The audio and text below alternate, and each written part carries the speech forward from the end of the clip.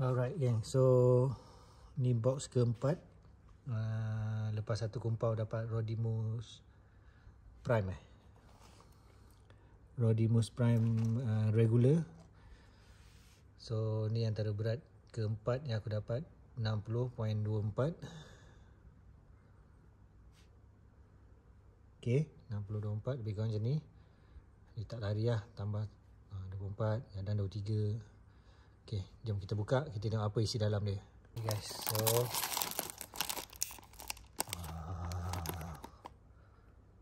so kalau ada benda ni, sama ada hologram ataupun titanium.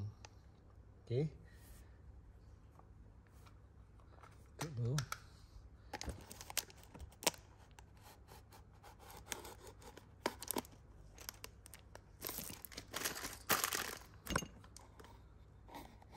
Alamak.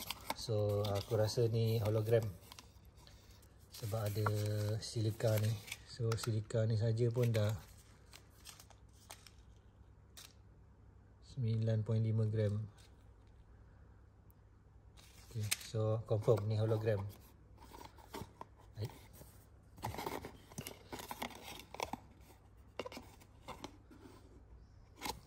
Hologram. So complete lah. Aku dah dapat titanium regular, hologram.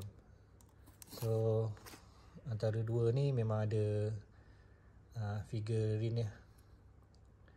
Okay, ni memang ada. Right, so berat tanpa dia ni, tanpa pasir,